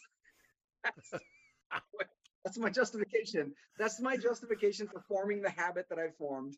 And I don't think anyone's ever going to talk me out of it. Now, when you form habits that are not able to be justified that easily and you defend them based on emptiness, i.e., I'm going to eat McDonald's because I love McDonald's. McDonald's is awesome. I'm addicted to McDonald's. I love McDonald's. No. You're not addicted to McDonald's. If you stopped eating McDonald's tomorrow, nothing's going to happen to you. And what exact argument are you using for eating McDonald's? Because it's useless, it's pointless, and it's not going to work. You're not going to be able to justify it's healthy. It's like what justification could you use to I really like the yellow and red logo. You can't take that away from me. Sure I can. What if McDonald's changed their logo tomorrow? McDonald's could change their logo tomorrow. You don't know. It's not the logo you're attached to. I'm going to go to Long John Silver's. Exactly, because it's got the yellow. But you see where I'm going with this, right? Yes, I see where you're going. Yeah. It's like we form these habits, and then I think the bigger problem is how we've manipulated the idea or concept of habits to addiction. I think because addiction is a real medical problem. It really is. It's a real problem. Do you think that this is because? Do you think that this is because do you think we've mapped addiction to habits? Because now this is something that occurred to me. It's now occurred to me a couple times while you've been talking. Do you think that we've done that because, unlike the romantics of a couple of centuries ago, we don't really romanticize habits, and we don't romanticize addiction. Like, we don't think that there's like some higher good that we can get to by doing these things. Now, partially that's because we live in the 21st century, we live in the wake of the death of God. So we've talked about that on the podcast before. You kick out the transcendent, then what do you got, right? You just got your addictions, and you got your your habits. That's all you have. But they don't like raise you up to any higher level. And by the way, other people know that. And so they have nowhere to put, they have no appeal to you at a higher philosophical level. So like, if I come to you and you really like McDonald's, what arguments am I going to make to you to get you to stop eating McDonald's? Exactly. Yeah, that's the point I mean, right? Yeah. But if you give somebody an alternative habit that, like, so again, if you said to me, I don't know, Tom, did you know that in order to get all those hamburgers, McDonald's kills little babies in Afghanistan? I don't know, whatever, right? And I went, wait, what? And you go, yeah, Burger King doesn't do that. Burger King, same food, you can eat the same shitty stuff. Burger King donates money to those same children's organizations, and you'd be like, screw it, I'm eating Burger King now. My habit changed like that, right? So that's the power of marketing, right? Right. Yes. But addiction. Tom, you're hooked on cocaine. Take this, Sudafed or whatever, like this pill, because it's gonna. No, it doesn't work that way. If you're truly addicted to something, you can't get off of it by replacing it with something else. Okay. So how do we? A better example of that would probably be heroin and like Suboxone and methadone and those kinds of things. Yeah. You're just trading one addiction for the other. Granted, one's probably a little better for your long-term health, but you're still trading one addiction for another. Sure. And everybody who goes through, or not everybody, but a lot of people who go through AA or go through Narcotics Anonymous or who go through, yeah, exactly. And to your point, I mean, I've had friends who have gone through those processes. I have friends who have, anyway, I've had my own personal history, with that. And even in my own family had history with that. And even me myself, like I flirted with being on the edge of addictive, not only behaviors that could have led to potential addictive problems, but we're on that line of what you're talking about between habit and addiction, where that physical need now kicks in, and now we're into another spot, right? Okay, so and by the way, just for the purposes of our listeners, just so we can be completely transparent here, alcohol has always been, in America, the number one addictive substance. It's always been, hands down, going away ever since people. I don't think it is anymore. I think today, if you look at the statistics, it might be caffeine. Okay. But still, yeah. So, but like. Yeah, but alcohol's, I mean, it's the big boy, right? Yes, for sure. And, we did prohibition in this caffeine's country. never ruined families, and alcohol has, so we'll just leave it at that. Right. And we did prohibition in this country in the 1920s. That didn't work. And then we sort of wandered into this area where we kind of talk but don't talk about alcohol. Okay. Yeah, fine, cool. Exactly. No, we romanticize it now. You're talking about romanticizing? Think about the marketing commercials and stuff that come out after about alcohol. We don't talk about the problem, but we certainly romanticize like the partying, and not even just that, but the affluentness of certain alcohol. Like marketing has ruled the world when it comes to alcohol. Are you kidding me? That is true. No, I agree with that. No, that's a point that's a point we're taking. I'll take that point, for sure. So how do we?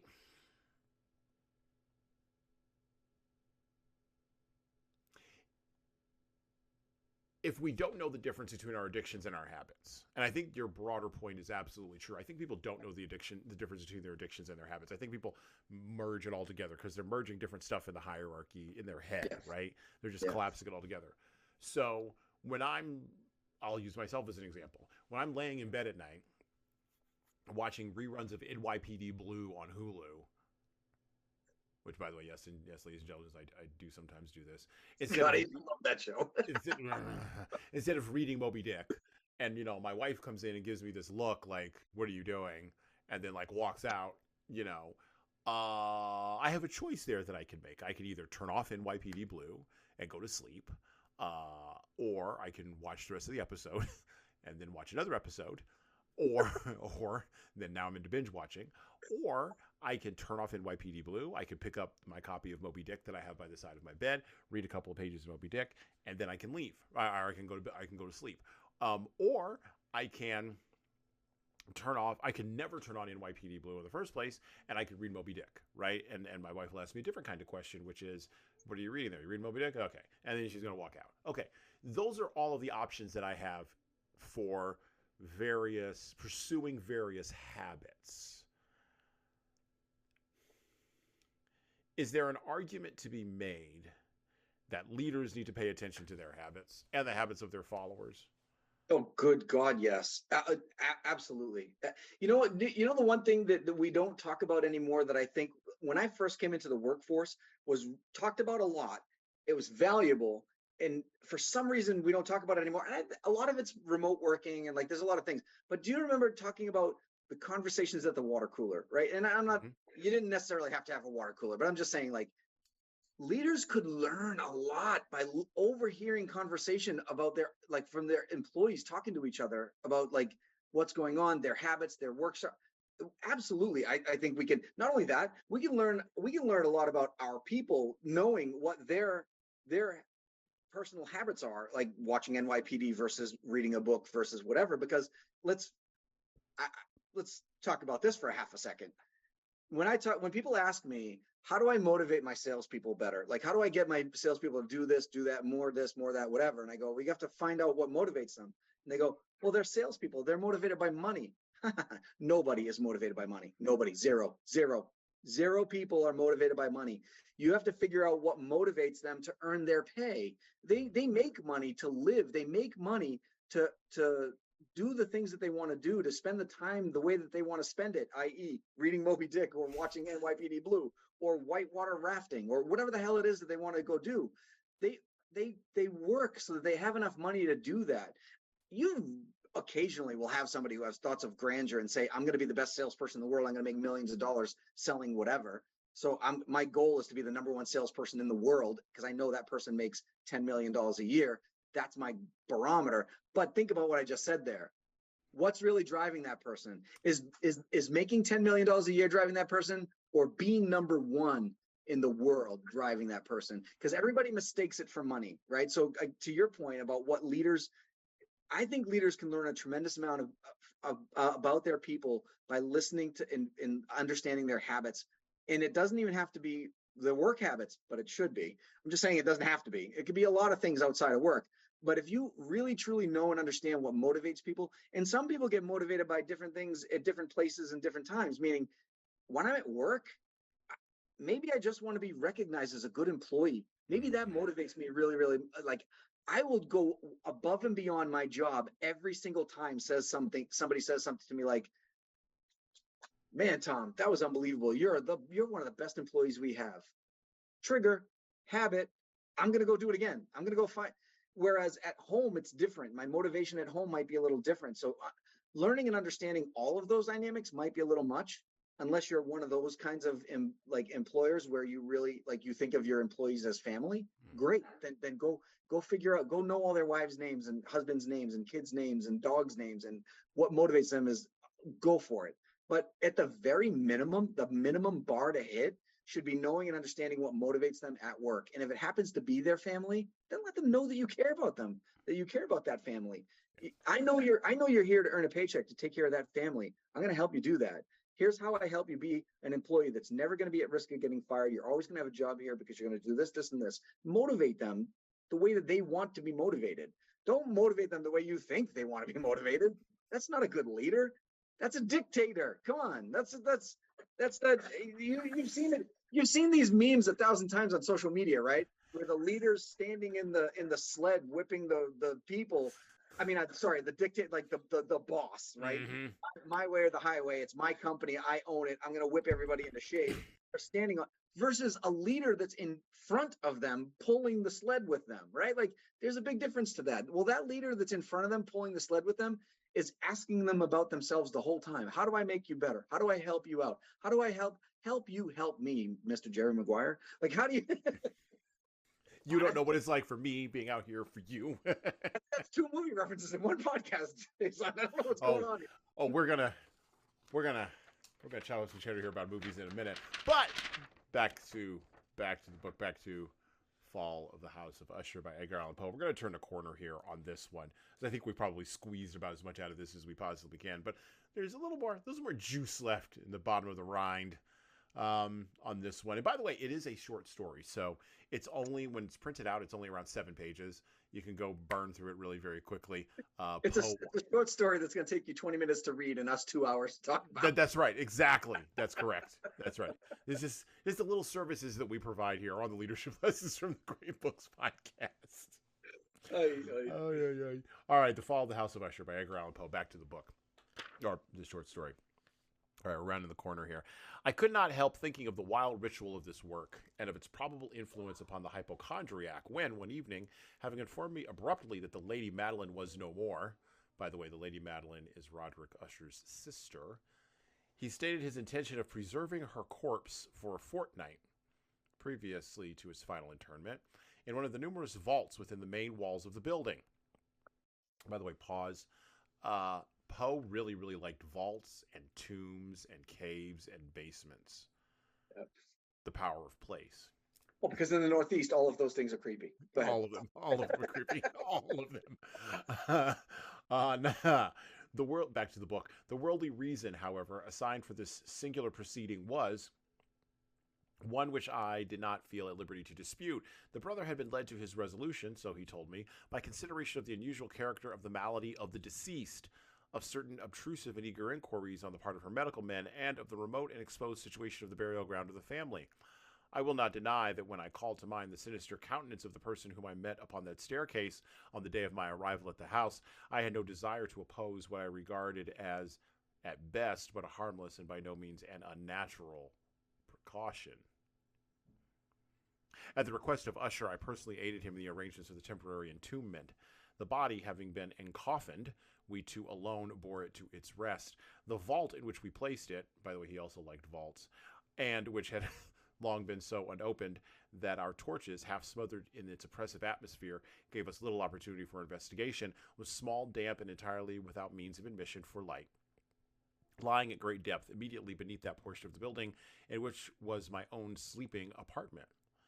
It had been used apparently in remote feudal times for the worst purposes of a dungeon keep, and in later days as a place of deposit for powder or some other highly combustible substance, as a portion of its floor, and the whole interior of a long archway through which we reached it were carefully sheathed with copper. The door, of massive iron, had been also similarly protected. Its immense weight caused an unusually sharp grating sound as it moved upon its hinges. Having deposited our mournful burden upon trestles within this region of horror, we partially turned aside the yet unscrewed lid of the coffin and looked upon the face of the tenant. A striking similitude between brother and sister now first arrested my attention, and Usher, divining perhaps my thoughts, murmured out some few words from which I learned that the deceased himself had been twins, and that sympathies of a scarcely intelligible nature had always existed between them. Our glances, however, rested not long upon the dead, for we could not regard her unawed. The disease which had thus entombed the lady in the maturity of youth had left, as usual in all maladies of a strict cataleptical character, the mockery of a faint blush upon the bosom and the face, and that suspiciously lingering smile upon the lip which is so terrible in death. We replaced and screwed down the lid, and, having secured the door of iron, made our way, with toil, into the scarcely less gloomy apartments of the upper portion of the house.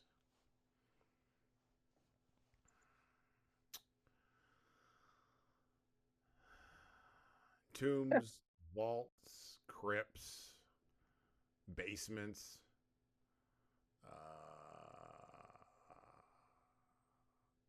Something interesting when you move to other parts of the country. So you mentioned Florida.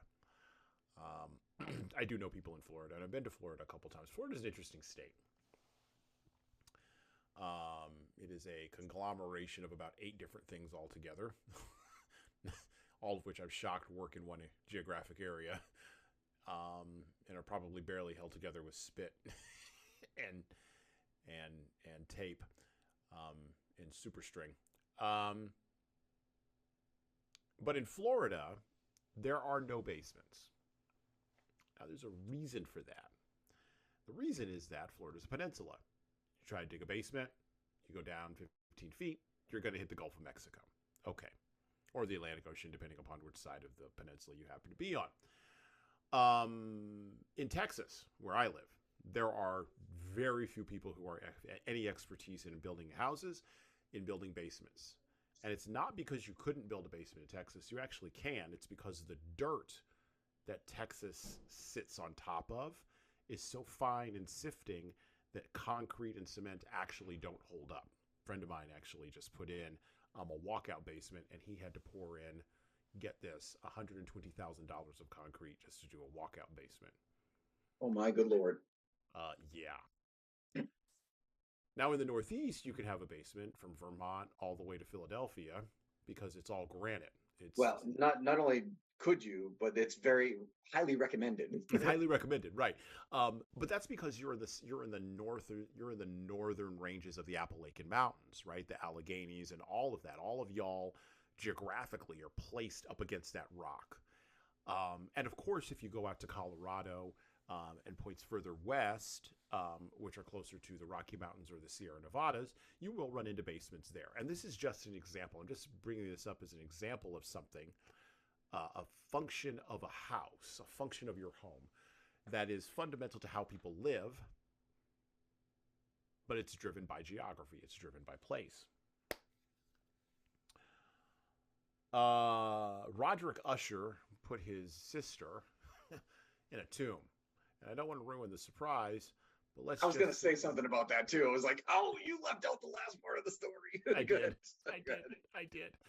Let's just say in true Poe fashion, well, what is, how does all things aren't what they seem. All things aren't what they seem, no. And the mockery of fate blush upon the bosom and face in the strictly cataleptical character, well, that strictly cataleptical character reveals itself towards the end of the story.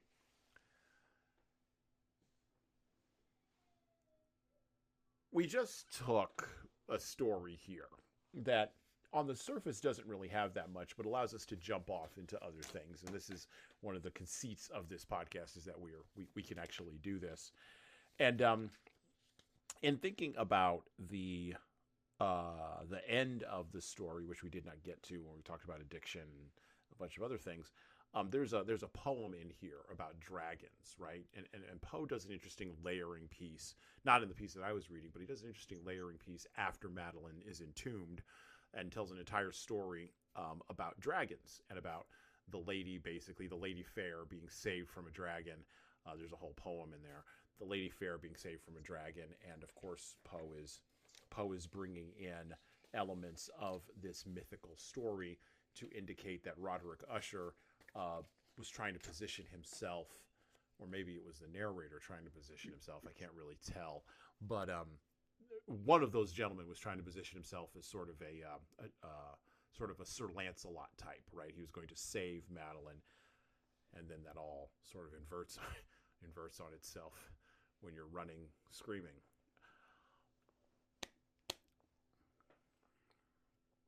The question becomes, if dead things don't stay dead. William Faulkner, infamously back in the day, that great Southern writer from Mississippi, who served in World War I, he said, the past ain't the past. It ain't even done with us yet, basically. Like, it's not done, right? Poe took that, or began really that idea, and then, Longfellow, and then folks who came after the Civil War. By the way, point of order, Civil War is when opium addiction really kicked up in the United States, because now you could deliver it in syringe form to Yeah. Civil War folks, right? And it was the only thing that helped when you were amputating people to stop infection. Which when I read that, I was like, oh, okay. How do we as leaders, what do we as leaders take from the fall of the House of Usher about geography and place? A lot of this story is driven by hypochondria. So it's driven by the idea that something's happening when our scientific rational materialism in our day tells us nothing's happening there. You're just winding yourself up over nothing. It's hypochondria built up and ramped up to the level of a mental illness. And I think this, by the way, resonates in our time, particularly coming out of COVID. I think this resonates in our time because it's the things that we can't see that get us. And the things that we can't see. And by the way, we struggle with this. This is the other aside thought here. We struggle with this as postmoderns because we think that we've mastered everything that can be seen. But we know, or we have an intuition in our hearts, that there's all this other stuff underneath the water. And at a certain point, Madeline's gonna come up, and she's gonna want to have a conversation with us. So, how do leaders deal with that dynamic on their teams? We'll kind of close out with that question for you, Tom. How do we deal with that dynamic of all the other stuff underneath the surface that could get us the boo creepy stuff? Well, I think part of it. I mean, I don't mean to sound repetitive here, but like, you don't know what you don't know, so don't create something that isn't there. Don't just. Which is what hypochondria is, by the way. It really is. Yeah. But how do you stop yourself from doing that? It's by asking questions and getting involved with the right people and making sure you're. Listen, I'm not a business coach, but I'm going to tell you right now that the best athletes in the world still have coaches. I don't care if you're a Tom Brady fan or a Michael Jordan fan or LeBron James, Michael Phelps. Pick all the Wayne Gretzky, whatever sport you want. There's always like the greatest of the greats of the greats. Guess what? All of them have in common. They all have a good coach. They all have coaches that were there for them. Even if it's not to perfect them, even if it's for them to bounce ideas off of and say, I think so. Again, I go back to business, right? It's like, so go find a business coach that you can use as a sounding board. Now, by the way, it doesn't have to be a business coach. It could also be if you're a bigger company, use somebody on your C-level team. You're the CEO, president, CEO. Talk to your COO, your chief operator, or your CFO.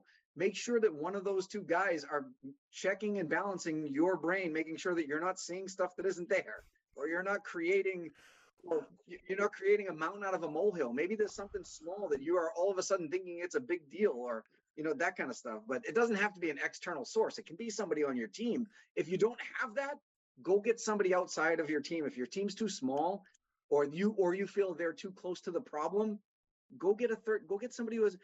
I'm sorry, I hate to say this, but pay them. Pay somebody to be your Jiminy Cricket, to be your extra set of eyes or ears. Fourth movie reference. All right, let me make a fifth movie reference. Office Space. Bill Lumbergh did not know how to deal with Milton with the stapler. Milton was considered a creepy guy. Milton was a character right out of Poe. And if he hadn't been out of Poe, Poe would have written him. Okay. Lumbergh had no clue how to deal with that guy other than to fire him and put him in, ironically, the basement. Go figure. And yet, not to ruin the surprise on Office Space, one of the greatest work movies of our time, bar none. Totally agree. Bar none. He burned the entire place down, just like he threatened he would. But no one wanted to deal with Milton. Why? Because Milton was considered to be what by the people in the office? It's a C word and it rhymes with eepy. He was too creepy. Like, that's right. Nobody wanted to deal with him. Lumbergh. So should Lumbergh have gotten a coach? Definitely. To deal with Milton? Well, no. In that case, I mean, if they're that creepy, come on, dude, just fire the guy. I mean, if you know. I was talking about jumping to conclusions about things that you don't know, right? By the way, that was a game that was created in Office Space by the guy who got his neck broken in the car accident. Jump to conclusions. Right. Or they would jump on the dots. Jump on the dots, yeah. But it's serious. In all seriousness, right? Like there's reasons why the best of the best still have coaches. So even if you feel like you're at the top of your game in your industry, that does not mean that a person with a fresh set of eyes and ears can't give you something that's worth it for you to make. And maybe it's not about making you or your company better. Maybe it's just simply about making your people better, like making you a better leader. Maybe you don't get more profit out of it, but maybe you get easier profit. Maybe it's like something doesn't come naturally to you, so you figure out a way. Again, I think part of it is just like, listen, we all have blind spots. All of us have blind spots in everything that we do. I mean, it's not a matter of being perfect. It's just a matter of getting a little bit better every day, improving every day, right? It's really, that's really what it's all about. And if you can't do that on your own, if you can't do that by reading a book, by reading or watching a motivational speaker, listening to podcasts, whatever, then you should go and find somebody who can help you walk through this. Like, it's not, and again, you don't have to pay them. You don't. It could be your wife, your husband. It could even be one of your kids. I found this fascinating. At the time, my now 24-year-old son was about 8 years old, and I was going through this weird phase at work with like I felt like I had hit as many home runs as I was going to hit in the job that I was in, and they're like, no matter what I did, it didn't matter. It didn't matter. Nothing mattered what I did. I was going to maintain that level of, this is where I'm going to be, like, for money or for whatever. So my son, 8 years old at the time, I think I was bringing him to baseball practice or something like that. And we were just shooting the breeze. He's like, what's the matter, Dad? I'm like, work's just been tough. Nah, this is an 8-year-old kid. And he goes, tell me about it. I'm like, wait, what? So I told him, I was like, you know what, bud? Screw it. I'll tell you. Because I was also at the thought, like, if I say it out loud, if I get it off my chest, maybe it won't bother me. Maybe it won't bother me as much that I'm going to stay stagnant. Like that whole like therapy thing, right? Like whatever. And I'm not downplaying therapy. I'm just. You're just putting it in. You're just using a term that you're fine. Right. So I'm talking. I tell my son about this whole thing, and I'm like, listen, I translated because we're going to baseball practice. I was like, they would be like, you know how sometimes when you play a game of baseball, you only get up to bat like 4 times. If you hit a home run all 4 of those times, that's it. You're done. Like, that's the game, right? Like, you don't get to hit another time just because you hit a home run. Right. I go, that's kind of like the way I'm feeling at work. And he goes, yeah, but you can't start the day like that. And I go, what do you mean? He goes, what if you go to extra innings? And I went, okay, but that doesn't mean anything to me, right? Like, I'm sitting there like, whatever, right? Okay. And he goes, and I go, yeah, but what if you don't? And he goes, yeah, but you don't know that when the day starts. Like, when the game starts, you don't know if there's extra innings. You could hit 2 more home runs if they hit 2 more home runs. If like somebody else on the other team hits 2 more. I'm like, okay. So now I'm exploring this with my 8-year-old son. Okay, I'm like, so tell me more. Well, what I got out of that conversation, honestly, what I got out of that conversation had nothing to do with baseball. It had nothing to do with home runs. It had more to do with my own preconceived notion that I don't know what I don't know. I don't know what tomorrow is going to bring. I don't know what the next day is going to bring. But I walked into every day thinking I knew. I walked into every day thinking, this is it. This is the end. This is Judgment Day. This is it. Not realizing that, and I'll even tell you what ended up the end of the story was. I ended up I was at a maxed out client level, right? The way that the job that I had, I could only have so many clients. I was at the maxed out client level, and they were at, like, I maxed out their budgets, man. I'm like, when I figured out a way for them to spend all their money. What happened about, I don't know, 2 months, 3 months after my son's conversation was one of my clients split off into another company and refused to work with any other person than me. So even though as a company policy, we had a max at the level of customers that we were supposed to have, I kind of broke that by the customer saying, we're not dealing with your company unless we deal with Tom. Right. And so then I looked at my boss and I was like, all right, well, if I have to lose, my first thought was, which client are you taking from me? Mm. And he's like, I'm not taking any of them from you. They're all spending all their money. What if I take them from you and we drop our revenue because of it? I'm going to get fired. Right. I'm not going to get fired. I'm just going to add him to your account database now. But isn't that against the company rules? He goes, screw it. And I'm like, oh, so in other words, there's no rules. I was like, all right, now that I know that, I'm going to go find more companies to do business with so I can be better at what I do. Like, yeah. Anyway, I guess the point I'm making here is you should never be thinking you're alone in any of this. You should never, because you can use your wife, your husband, your kids, your cousin, your friend. Go to the bar and talk to the bartender. Don't give away trade secrets, but you know what I mean. But like, you need a sounding board. You are only one person. You're only one human being. Your conceptual mind can only go so far by itself. Mm-hmm. I don't care if you're Elon Musk or if you're Mark Zuckerberg, as you talked about your celebrity death match earlier. It doesn't. Those guys did not do that by themselves. They just didn't. I'm sorry. Facebook was not designed by Mark Zuckerberg all by himself, nor was SpaceX designed by or Tesla or Twitter, whatever the hell the Twitter thing is now. I stopped keeping track of it, but you know what I mean. These guys, none of these people did this by themselves. None of them. Yep. So don't feel like you have to. That's all. No, I think that's a good place to. I think that's a good place to stop. I'm going to ask Tom to hang around a little bit here because we're going to have a little bonus deal here talking about not being able to build something by yourself. You may want to hang around for, but if you can't, that's okay. So this is our regular episode of Leadership Lessons from the Great Books podcast. I'd like to thank Tom Libby for coming on and talking with us today. And, always. And with that, for right now anyway, we're out.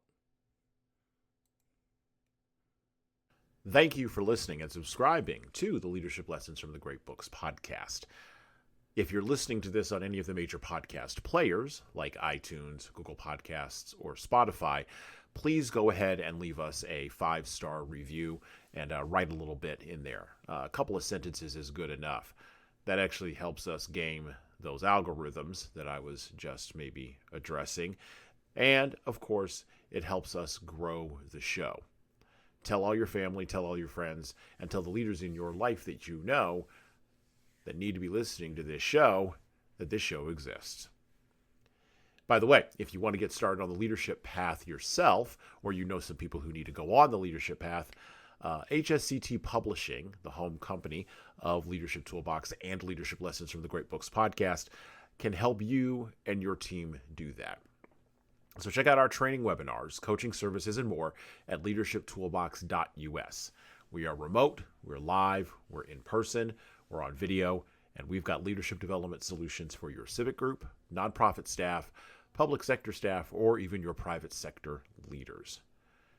And of course, you're going to want to check out our video-based subscription service at leadingkeys.com. That's leadingkeys.com for leadership development on demand. You don't like videos, you don't like training, but you really like the podcast? Well, I would also recommend reading a book. Matter of fact, I'd recommend reading my most recent book, 12 Rules for Leaders, The Foundation of Intentional Leadership. You can get that in paperback, hardcover, or as an ebook on Amazon, Barnes & Noble, Kobo, Ingram Spark, and any other place that you order books online. Finally, of course, we're on YouTube just like everybody else is. We'd love to have you help us grow the YouTube channel, so like and subscribe to the video version of this podcast on the HSCT Publishing channel on YouTube. Just search for HSCT Publishing, or you can search for Leadership Toolbox and hit the subscribe button.